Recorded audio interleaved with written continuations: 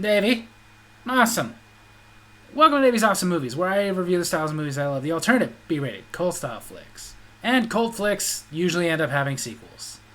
This one came out in 1999, and it was directed and co-written by Scott Spiegel, and also co-written by Dwayne Whitaker and Boaz Yakin. Produced by Michael S. Murphy, Gianni Nannari, and Mir Taper. Made by Dimension Home Video, A Band Apart, and Los Hooligans. Distributed by Buena Vista Home Entertainment and Miramax. Ladies and gentlemen, From Dusk Till Dawn 2, Texas Blood Money.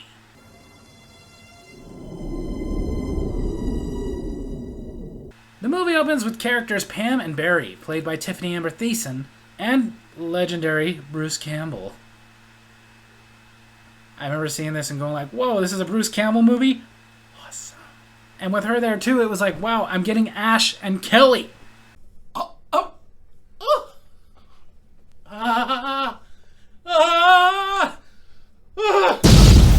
They are lawyers that just defended somebody who is very, very guilty. Pam feels bad about that. Barry doesn't. Pam, on the other hand, though, she is worried about karma. Barry doesn't believe in karma, even when the elevator stops working. He just simply decides he's going to go up top and see what's going on. Well, Barry, that's karma that even Earl can't get you out of. As Barry goes up to try to see what's going on, he is swarmed by bats! So, this is not a Bruce Campbell movie. Still might be good. Not as good, because, teased Bruce Campbell. As Pam is being killed by these bats, we find out that this is not really what the movie itself. It's a movie that the real people in the movie are watching. So it's a B movie within a B movie. Does that make it an A or is it a B+? Or does that make it go down a little bit? Like now this is a C movie. I don't know how that works. But then we see our actual lead, Buck, played by Robert Patrick, who sees a newsfeed of his old criminal buddy Luther, who had just escaped from prison. I'm still reeling because I'm like, you had the chance to have Robert Patrick and Bruce Campbell actually team up in a movie, and you didn't do it? What is the matter with you? Sheriff Otis and his deputy McGraw, who was played by James Parks, who is the actual son of Michael Parks, who played Texas Ranger Earl McGraw in the last movie. And yes, they later do reference that his father was killed by the Gecko brothers, so this is supposed to be his son. Your dad was a Texas Ranger, you're just a deputy. Bitch! They go to Buck's house to question him about Luther, since they were former partners. And yeah, of course, Buck says he doesn't know. Then he gets a phone call. Oh, hey, Mama. So they leave. But as it turns out, it wasn't his mother. Duh! Yeah, I don't know why they believe that either. It's Luther. He's got a bank job. $5 million freshly laundered gringo drug money. So Buck agrees to meet Luther in Mexico where this bank is, but has to go round up the crew. CW, Ray Bob, and Jesus. Jesus wants to know what his cut is. Figure 600 grand, give or take. Luther said $5 million. $600,000 split 5 ways is $3 million. So either you're very bad at math or you and Luther are really holding out on them. The morning comes and they leave to pick up Ray Bob. Well, I had to tell her something. Ray Bob's an idiot. And apparently they need an idiot in every crew, I guess. I personally would leave the idiot out. But now they head to Mexico to meet up at a hotel. El Coyote? What's that mean in American, Jesus? The coyote. My favorite line in this movie. While Luther is driving to meet the guys. And of course, that causes it to stall. It was a big bat. So he goes around to check the engine. Nothing a wrench won't fix. He shoots it and heads to the closest establishment, which is the bar from the first movie. And not only is the bar looked unaffected from the first movie, but guess who's back? Danny Trejo. However, it apparently isn't the same character. In the last movie, he was casted as Razor Charlie. In this movie, he's Razor Eddie. Two very different people with the exact same woman tattoo on their chest. Okay. He tells Razor Eddie about the bat he hit, and Razor Eddie offers to give him a lift to the hotel, but first takes him to the Jeep. Victor! Victor! When he finds the bat, it's not shocking this time. The only people who would watch this movie were fans of the first one.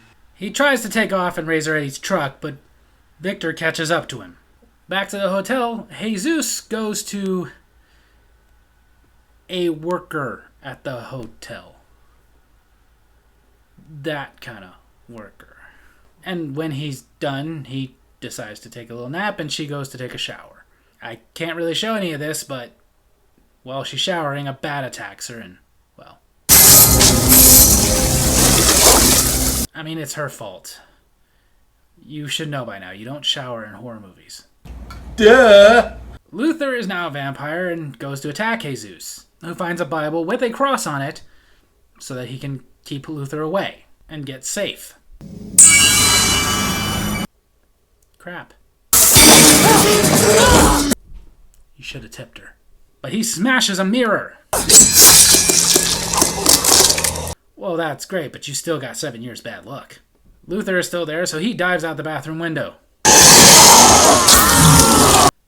To make matters worse, the hotel owner saw that. So Luther helps her cool down. Now Luther and Jesus go back to the room, and they lay out the bank plans for the guys there and say they want to go rob that bank tonight. The other guys think this is a little fast. They need to case the place and stuff first, but they convince them tonight. Yeah, Luther, I never knowed you to go into a deal half-cocked. Well, he can't really wait until tomorrow. After he convinces them to do the job tonight, the cops show up, and for some reason so do Sheriff Otis and Deputy McGraw.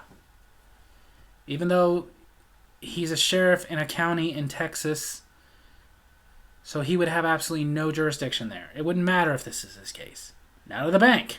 Luther uses his bat powers to get into the bank and sneak up behind a guard and kill him so that he can get his keys.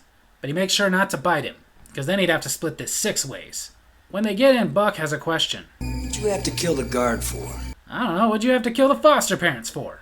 While CW is drilling the safe, Luther gets a little bit thirsty, and he trips the alarm.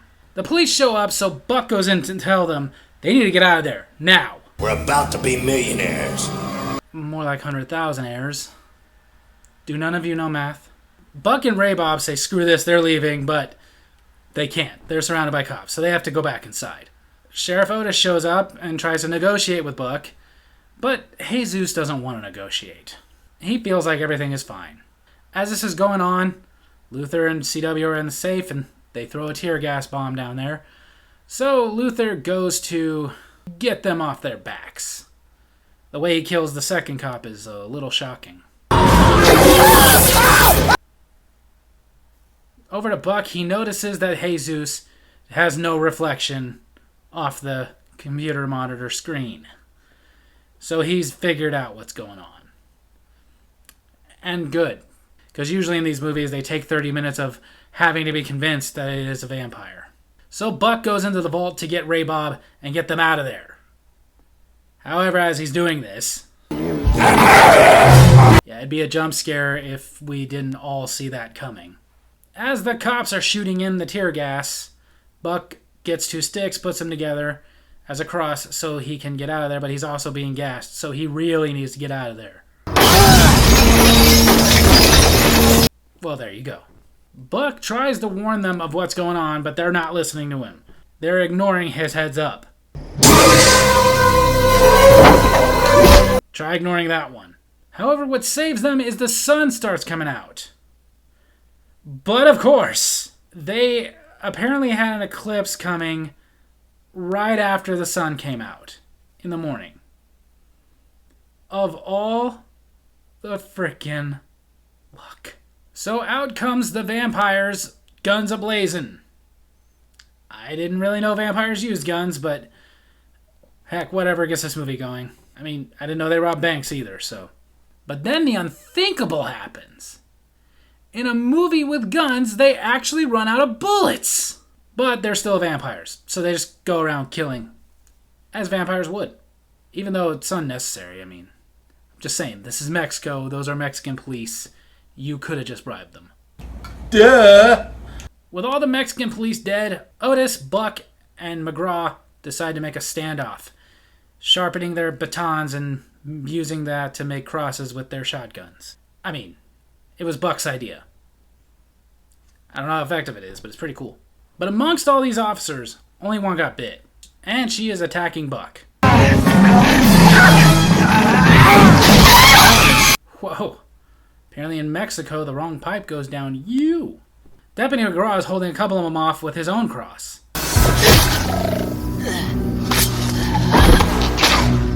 Like father, like son. What about Otis? He's good. Jesus goes for Buck. And that's why you don't put steer horns on your freaking car. That and it's tacky as hell.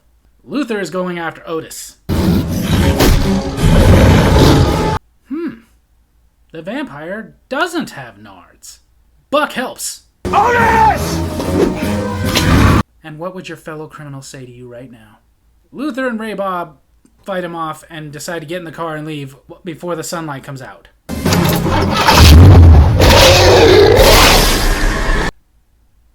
Just so you know, you're paying for that upholstery. Ray Bob is beating the crap out of Buck, but then the sunlight starts coming out, so he runs for it.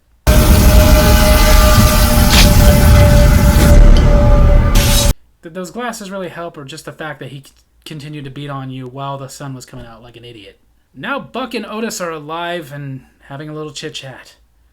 And Otis asks the question that we've all been wondering. What in the hell are vampires doing robbing a bank? Yeah, vampires need money for... Or... because they could. Now Buck decides it's time to leave. And Otis just lets him. What a great cop. So there you have it. That's the follow-up to From Dusk Till Dawn, From Dusk Till Dawn 2. There's no box office to speak of. It was a straight-to-video release. And I will say this. I remember when it first came out on video. My brother and I saw it. Went, whoa, a sequel to Dusk Till Dawn? That's awesome. Let's get it. And we were both pretty irritated afterwards. In fact, most people who saw this movie didn't have a lot of nice things to say about it. It really was a letdown. And that's from critics and audiences. Like, if you go to Rotten Tomatoes, it doesn't have a good score on either side. I will say this, though. Years passing, I would have told you this movie sucks. As time went on, it kind of grew on me a little, to the point that I would say, it doesn't suck, it's not great, it's okay. This movie and the third movie, that I will get to later, were produced at the same time. Robert Rodriguez and his cousin Alvaro, they came up with a sequel that is actually a prequel that is now the third movie. Whereas Quentin Tarantino, Scott Spiegel, and Lawrence Bender, they came up with the concept for this one. Although Scott Spiegel, the original story he came up with, would have actually been that in the beginning we find out that Seth Gecko is dead, killed by other criminals who were going to do a bank heist with him. But then as they go to find Richie Gecko, they go to the famous bar and find out that he is now the king of the vampires. And Quentin Tarantino shot it down, saying he didn't want to reprise the role of Richie Gecko. And I think that's part of it.